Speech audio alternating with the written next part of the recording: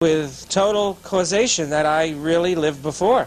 But there weren't a lot of things that had happened on the whole track you couldn't go back and actually confront in this Of course body. not, but that you do it on a gradient scale. Okay. You do it on a gradient scale with current lifetime so that you could then not have to Q&A with the reality of it. Mm-hmm. You follow what I mean? Oh, yeah.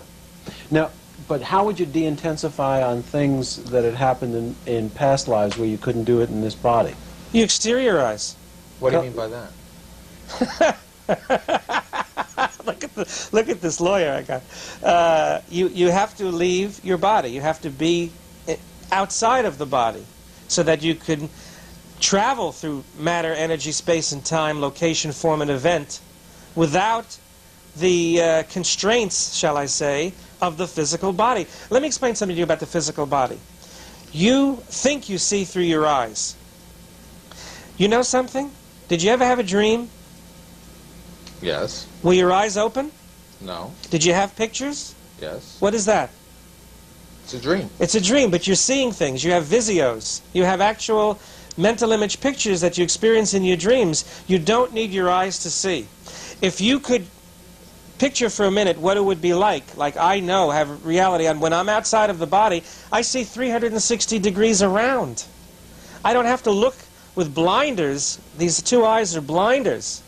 I don't have to look at you through two messed eyes. Messed is an abbreviation for matter, energy, space, and time, which we use in Scientology. You don't need these ears to hear. You just know that you can hear, and you hear. How did you learn to go exterior? Well, there's various processes that are Tell us about some of them. Well, the easiest one is be 3 feet in back of your head and know with stability that you're there. You also can hold all 8 corners of the room and don't think. That's another process. If you only see 4 corners, that means you're looking at them. But if you can hold them, physically hold them by putting out a beam, you see, and not just looking at them, but putting out a tractor beam or a pressor beam. You know, there's different kinds of flows. These are different flows that you can put out. And, for example, one situation which is very easy to do, go down to any cemetery and put out a flow to someone trapped in their dead body, and you can actually get them on their way to the Between Lives area. Some people are so bad on confronting that they think that they are still their dead body. You go to a morgue.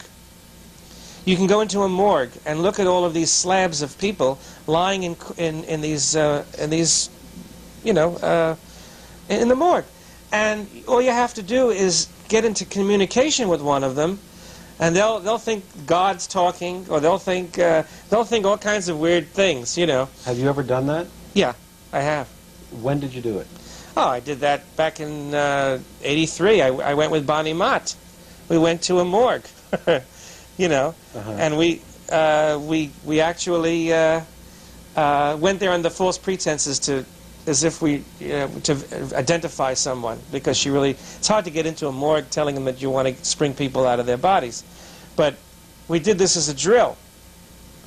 And she and I put out a beam, and she saw this beam. Were you exterior when you did this? Yeah. You mean you weren't in your body? Well, I was in my body, but I was vacillating out back and forth. I put the beam out, and then I had to get exterior to locate the beam so that it would get to the right place, because I had problems doing this while in the body. How did you go exterior on that occasion? Do you remember? What mechanism did you use? Well, I just located myself in space and time. I didn't. It's. Okay, what were you going to say? It's what? I'm sorry. Go on. You locate yourself in space and time. See, there's one thing I have to explain to you that may help you understand, Mark especially, because you know all this. You're in your body, I'm in my body. You have your energy flows, I have mine. And we're in this space, but you're in your space and I'm in my space. But the thing that keeps us imprisoned is time. We are both in consecutive moments of now. And that's the key to exteriorization. Time. You don't have to be in now. You can be in then, you can be in to be, You don't have to be stuck in nowness. That's why Earth and this physical universe is a prison planet. Can you exteriorize while you're sitting there talking to us? Yeah, I just find it very awkward to be able to... I just would find it very awkward at this point because I'm not comfortable, you know. Well, maybe later then. Maybe later. But my question is, when you exteriorize, what happens to your body? It stays where it is.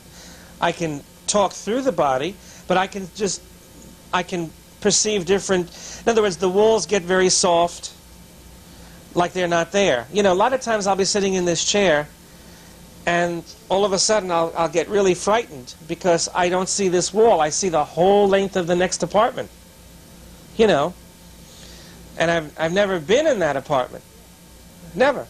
But I know where everything is in there. Do you? Because I'll be sitting through right here, I'd be reading a book. Of course, you know, I don't read anything else but LRH. And all of a sudden LRH? L. Ron Hubbard. Okay. And I'll sit here, and all of a sudden I really lose it because I don't see this wall. I mean, I see a whole series of rooms, you know. And everything around me, including what's under me. And that's another thing. When you can actually see through the floor, and you're looking down 11 floors, you get really shaky because you realize you're only you're up in space, and there's nothing holding you up here. You were one time telling me that you could drive your car when you were exterior. Oh yeah, yeah. A lot of times, well, that's an automaticity. An automaticity is very simple. You set the body on automatic. When I do a wedding, I'm very rarely around. What do you mean you're not around? I'm not around. The body does the wedding, says the words, goes through the vows, and sometimes I come back to the body in the middle of the ceremony and say, what the hell am I, where am I? What did I say last? Who got paid? You or the exteriorizing person? The body got paid. The body deserved it. It worked. I didn't do a damn thing. But sometimes I'll be like in the middle of a ceremony, and all of a sudden I'll come back to the body because I was in Australia or somewhere, and I don't even know what I'm doing. You know, like I have to catch myself and like backtrack and see where we were. You know, where the body was. You know, whenever I say where we were to Dr. Geertz, he says, "Oh, that's schizophrenia," but it isn't. It's actually the thetan and the body interacting. You know, Dr. Geertz thinks you're schizophrenic. That's unfortunately that's the kind of a doctor he is. But you know, in the average layman psychologist, I'm not putting you down, but I'm just saying the average WOG, you know, WOG psychologist, I should say, would come to that conclusion. What is WOG? WOG is a acronym for Worthy Oriental Gentleman. I should bring my dictionary here. You're going to ask me a lot of questions, and I don't want to give you tech which isn't standard. Tech? What's tech?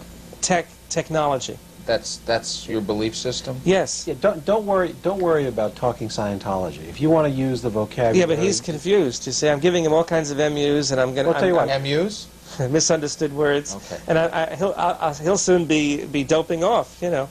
Well, but sometimes just run for a while. When Mark can't stand it anymore, he'll ask you for a definition. Maybe sometimes. Yeah, ask me for a definition. What does WOG? What does WOG mean? A WOG is a pejorative term for like a non-Scientologist scum. You know. Well, it means worthy Oriental gentleman, but it also means the world operating genetically. That's the real definition. Who is a WOG then? Anyone who is not a Scientologist, anyone who is not aware of the fact that they're a spiritual being, operating a body rather than being a body. So then am I a WOG? Well, I hope you're one of the better ones. Okay. Presumably all WOGs, all suppressives are WOGs.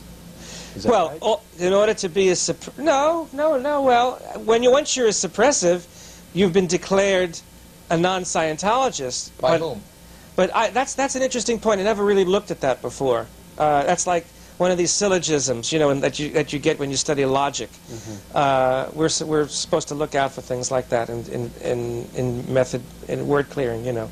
When people do those generalities, that's a typical psych reaction, by the way. Okay. To give me a glittering generality like that. Who would be a suppressive? Well, If you hand me my Introduction to Scientology Ethics, I can read it to you, but I can tell it to you without Just tell it to us. A suppressive is basically anyone